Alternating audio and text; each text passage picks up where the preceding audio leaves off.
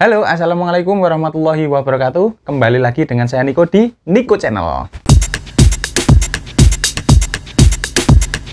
Nah teman-teman, sesuai janji saya dulu ya, mungkin janji setengah tahun yang lalu, baru saya buatkan videonya saat ini. Jadi saya ingin menyajikan video sesuai di thumbnail saya, gaji YouTuber pemula. Walaupun saya bukan YouTuber, tapi seenggaknya saya mengupload video di YouTube dan mendapatkan penghasilan. Jadi saya ingin menginformasikan, memberikan sharing pengalaman. Ini versi saya, pengalaman saya di channel saya, Niko_channel atau Niko Channel ya. Dan ini nanti juga mungkin bisa jadikan referensi teman-teman, misalkan ingin jadi seorang YouTuber atau konten kreator di YouTube, biar tidak salah langkah. Karena memang selama saya mencari referensi di YouTube, itu thumbnailnya itu biasanya gini loh, gaji YouTuber pemula, auto kaya, auto kaya. Nah ini makanya saya bikin yakin auto kaya. Jadi jangan sampai teman-teman itu terlalu berambisi menjadi YouTuber, ingin mendapatkan penghasilan banyak, tapi belum tahu ketika sudah masuk di YouTube itu susahnya seperti apa, terus kemudian penghasilannya berapa. Jangan sampai nanti salah langkah. Nah, di video saya kali ini saya ingin berbagi sharing pengalaman pribadi saya melalui channel YouTube saya ini. Dan ini nanti akan saya langsung lihatkan capture screen dari analitik video di YouTube di channel saya. Dan mungkin ini saya lagi ngupload YouTube ini, ngupload video di YouTube maksudnya, ngupload video di YouTube. Sekalian saya membuat video mengenai sharing pengalaman penghasilan. Langsung saja kita menghadap ke laptop teman-teman. Cekibrot, jangan lupa ya cekibrot. Nah jadi gini, untuk pertama teman-teman, jadi untuk YouTube itu sebenarnya penghasilannya itu bukan dari subscriber. Jadi buat teman-teman yang mengejar subscriber, kan syaratnya memang harus ada 1000 subscriber dan juga 4000 jam tayang atau 4000 jam orang itu menonton video kita dalam rentang waktu 1 tahun terakhir. Itu baru istilahnya itu masuk untuk proses monetisasi atau proses penggajian dalam tanda kutip ya, penggajian oleh YouTube. Jadi istilahnya kita bekerja di YouTube. Nah itu nanti bisa ditentukan, bisa diterima atau juga bisa tidak. Nah karena YouTube akan menganalisa channel kita, video-video kita itu pantas nggak untuk dilakukan monetisasi. Setelah itu nanti baru kita dapat penghasilan dari YouTube. Sebagai informasi, saya dulu tuh mulai masuk ke dunia YouTube ini sekitar bulan Oktober ya, Oktober-November tahun 2018. Terus kemudian di bulan Januari akhir itu saya dapat subscriber 1000. Nah, 1000 terus kemudian saya proses monetisasi dan akhirnya sampai tanggal 25 Februari kalau nggak salah itu baru di approve atau diterima monetisasinya, sehingga saya baru dapat penghasilan dari YouTube mulai tanggal 25 Februari. Dan penghasilan pertama saya di YouTube itu adalah sekitar Rp50.000 bulan Februari, karena memang 25, 26, 27, 28, 29 baru 5 hari atau 4 hari kalau nggak salah ya, itu Rp50.000. Dan untuk bulan berikutnya itu pastinya nambah, dan ada juga waktu bulan itu beberapa bulan itu sempat turun, dan ini nanti akan saya jelaskan di video saya kali ini. Dan buat teman-teman yang sub for sub, istilahnya ngajak, ayo subscribe channel saya, nanti saya subscribe balik, itu tidak ada fungsinya teman-teman, fungsinya hanya menambah di 1000 tok. Habis itu ya penghasilan kita tuh sesuai dengan video kita. Nah, jadi kalau misalkan kita ngupload video yang bagus, kontennya bagus, terus kemudian yang nonton banyak, iklannya banyak yang muncul, itu penghasilannya akan seiring, akan banyak. Tapi kalau memang itu videonya tidak ada yang nonton, subscribe hanya untuk sub for sub, itu ya tidak ada penghasilan. Ayo kita langsung lihat ya di sini. Nah untuk melihatnya kita harus membuka di analisis channel ya, channel analisis dari YouTube sendiri. Jadi kalau di sini ini sudah saya screen capture ya. Jadi kita buka estimasi pendapatan bulanan. Nah ini yang pertama ini bulan Februari tahun 2018 penghasilan saya 54.308 teman-teman. Jadi 54.000. Terus kemudian untuk bulan berikutnya bulan Maret itu 992.000 satu bulan. Terus kemudian bulan April itu naik karena memang konten saya agak berubah sedikit dari konten yang awal. Terus kemudian kebetulan itu penontonnya banyak dan iklannya mulai banyak, itu penghasilan saya 2.319.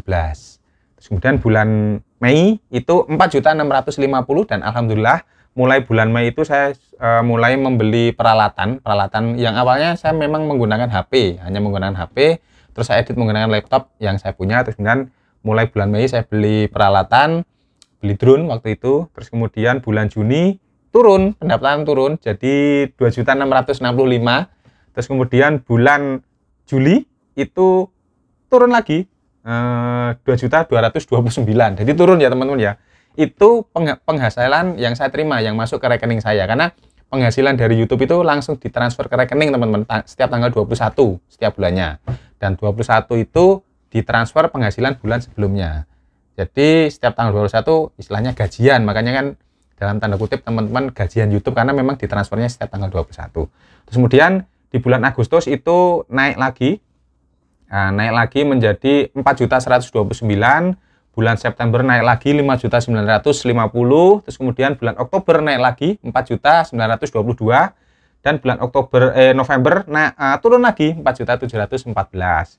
Sedangkan bulan Desember langsung drastis naik teman-teman. Bulan Desember itu naik ke 8.400.000, dan di situ saya langsung putuskan untuk membeli komputer teman-teman, membeli komputer karena memang ada penghasilan dari YouTube seperti itu. Dan selain itu juga saya sebelumnya juga membeli kamera, beli GoPro, terus kemudian beli mic, beli segala macam ya untuk perlengkapan yang ada saya buat untuk memperbaiki atau membuat kualitas video saya itu menjadi lebih bagus. Karena memang banyak sekali saran dari teman-teman untuk memperbaiki kualitas video. Walaupun sebenarnya udah bagus, tapi kadang-kadang masih ada yang, "Mas, videonya burek, videonya burem, jelek." Ya itu mungkin karena kondisi internetnya yang kurang bagus.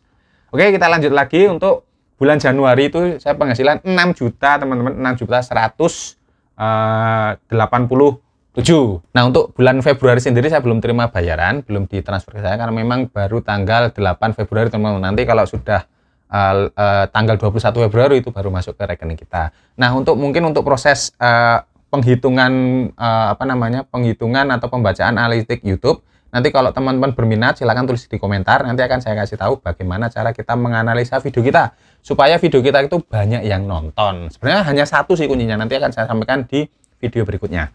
Terus coba kita lihat ya analisa dari penghasilan per bulan tersebut teman-teman. Misalkan ini per bulan tadi 5 juta, 4 juta, 2 juta, itu adalah akumulasi dari semua video kita, bukan beberapa ya, akumulasi dari semua video kita, mulai dari awal sampai dengan akhir terbaru yang di-upload. Nah, kalau misalkan masih ada yang nonton dan masih ada iklan yang keluar, berarti dia masih menghasilkan uang.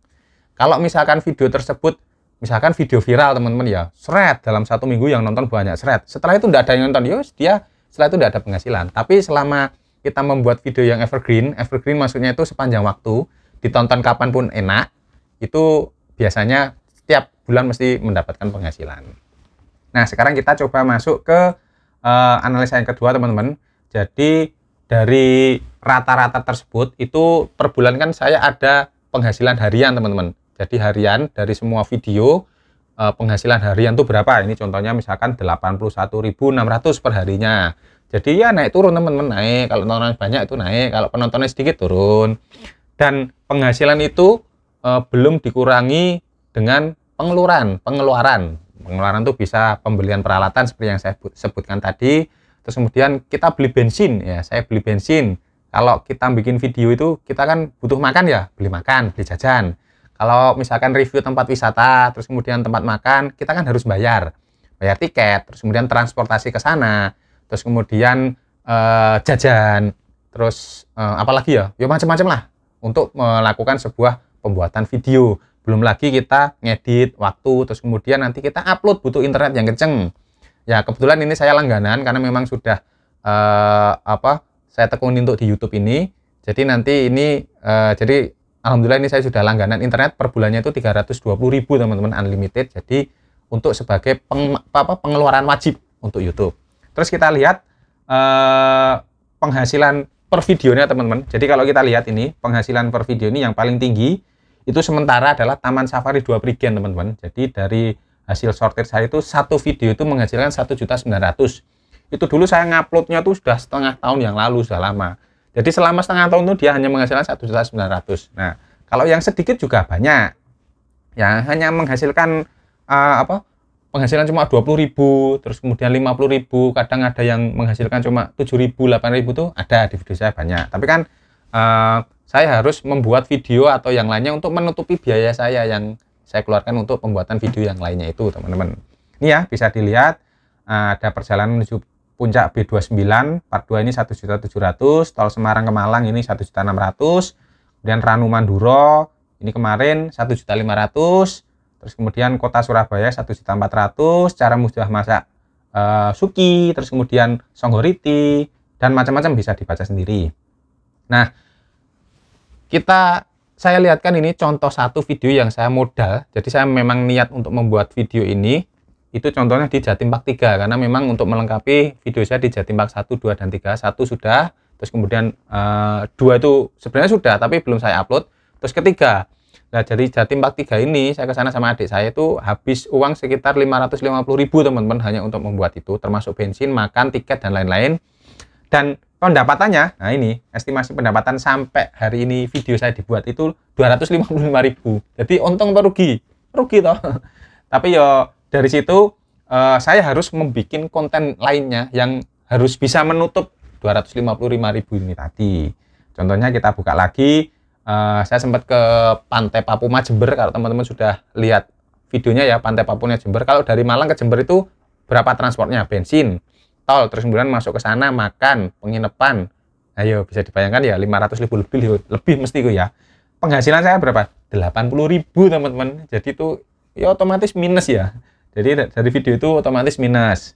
Terus kemudian banyak video saya yang lainnya mungkin nggak sempat saya tampilkan video. Kalau saya tampilkan mesti terlalu panjang. Jadi gambarannya seperti itu. Dan ini viewernya 10.000. Jadi buat teman-teman gambarannya ya gini nih. Ini hanya analisa saya ya, hanya hitungan saya.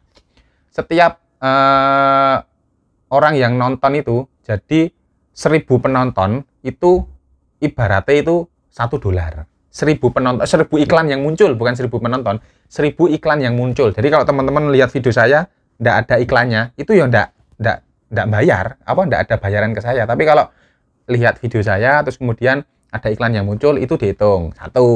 Tapi iklan itu ada banyak, ada yang ini, ada iklan, jenis-jenis iklan itu ada iklan yang bisa di skip, terus kemudian ada iklan yang tidak bisa di skip, ada iklan bumper, dan ada iklan macam-macam teman-teman. Itu nilainya beda-beda, tapi rata-rata di Indonesia itu sekitar 1.000 iklan yang muncul sekitar $1 atau sekitar 14.000. Bahkan sempat sampai 0,7 atau 0,8 dolar per 1.000 iklan yang muncul. Ayo dibayangke wis, sopo ngomong auto kaya, kecuali kalau memang konten YouTube-nya itu memang viewernya itu sekali upload dia viewernya 100.000, 200.000, 300.000, atau bahkan jutaan yang nonton, itu pasti itu yang banyak. Kayak ini tadi, Cimory ini tadi, viewer saya 350.000-an, itu penghasilan sekitar 2.200.000 tadi ya teman-teman. Jadi bisa dikonversi sendiri perkiraan berapa. Tapi video itu dengan video yang lainnya nggak bisa di-compare, karena beda. Tipikal iklannya beda, terus kemudian nilai kurs rupiahnya juga beda. Jadi tidak bisa dibandingkan. Terus kemudian untuk bulanan tadi sudah ya teman-teman. Terus kemudian apa namanya ya? Terus kemudian untuk yang lainnya yang mungkin bisa saya sampaikan. Jadi buat teman-teman yang mungkin ingin jadi YouTuber, dalam tanda kutip ya, konten kreator di YouTube, itu silakan dihitung matang-matang, bener-bener ya. Karena memang karena memang ini mengeluarkan uang dan kita mendapatkan pemasukan walaupun tidak seberapa. Saya tetap menulis pengeluaran dan pemasukan teman-teman, dan juga hitung-hitungannya kalau saya sih dalam Excel ya, mulai dari dulu awal, dari tanggal, terus kemudian uraian pengeluaran, misalkan beli bensin, kemudian makan, segala macam, sama perlengkapan peralatan, per harinya, per tanggalnya, saya catat di sini. Nah, nanti akan ada rekapan pengeluaran saya bulanan berapa, sama pemasukan bulanan. Sebagai contoh ini saya bacakan saja ya. Itu kalau misalkan dulu nih, di bulan Mei 2019, itu pengeluaran saya, pemasukan saya 4.600.000 yang saya sebutkan tadi. Pengeluaran saya 600.000. Terus kemudian bulan Juni pemasukan saya 2.700.000. Pengeluaran saya 7.300.000. Bulan Juli pemasukan saya 2.200.000. Pengeluaran saya 150.000. Jadi kan gendong indit, kalau bahasa Jawanya gendong indit. Ganti-gantian ya. Terus bulan September pengeluaran 6 juta, pemasukan 6 juta, pengeluarannya 3.200.000. Dan seperti itu teman-teman. Dan sampai kemarin awal tahun ya, Januari kemarin awal tahun itu masih penghasilan YouTube saya full semua itu untuk investasi. Untuk investasi beli kamera, beli komputer ini, terus kemudian beli GoPro, beli Osmo, beli drone, dan untuk biaya sehari-hari, maksudnya ya sehari itu beli bensin segala macam untuk keperluan YouTube ini teman-teman. Jadi buat teman-teman yang pengen jadi YouTuber atau pengen jadi konten kreator, satu, tentukan kontennya. Jangan sampai konten itu menghabiskan banyak biaya tapi penontonnya sedikit teman-teman. Jangan sampai ya itu ya. Terus yang kedua, buatlah ciri khas. Nah, kalau ciri khas saya seperti ini, suasana asli, saya sering guyon, bercanda, dan juga kadang saya selebih basa Jawa karena saya bahasa Indonesia itu kurang lancar. Saya lancaran itu basa Jawa. Nek basa Jawa ayo dijak basa Jawa, ngomong basa Jawa ayo iso. Kromo iso, basa ngoko iso, kromo halus iso, kromo inggil iso. Nah, seperti itu. Mungkin video singkat seperti ini, nggak tahu ini berapa menit ini. Oh, sekitaran 10 sampai 15 menit ya, teman-teman. Jadi cukup sampai di sini. Semoga bisa menjadi gambaran buat teman-teman yang ingin jadi YouTuber atau konten kreator atau pengen tahu penghasilan seorang YouTuber. Itu ya dari channel saya kasihkan belak-belakan ini teman-teman ya. Jadi tidak ada yang saya tutupi kecuali bulan Februari sama Maret karena memang belum final, belum finish ya. Masih saya tutupi. Terus kemudian buat teman-teman yang ingin konten apa silahkan request, tapi ya itu tadi, kalau misalkan request belum saya buatkan videonya karena saya juga mempertimbangkan biaya. Kalau saya ya kalau misalkan penontonnya banyak ya, misalkan Mas request ke Kalimantan, ke Sorong, tapi viewernya 10 juta 20 juta, wah langsung berangkat saya karena memang pengganti tiket pesawat, kereta, penginapan, dan lain sebagainya. Cuma ngomong ini tok kesel. Modal utama YouTuber itu ngomong. Satu dari saya, pesan dari saya, konten. Mau bikin dari teman-teman, mau bikin sebuah video YouTube bisa meledak, tentukan konten yang bagus. Terima kasih telah menyaksikan video saya kali ini. Silahkan tunggu video saya episode selanjutnya. Yang pengen tahu seputaran YouTube, trik-trik, tips supaya video kita bisa ditonton oleh orang banyak, silahkan tulis di komen. Nanti kalau banyak yang komentar, akan saya buatkan videonya. Terima kasih. Assalamualaikum warahmatullahi wabarakatuh. Salam Niko Channel. Jegibrot.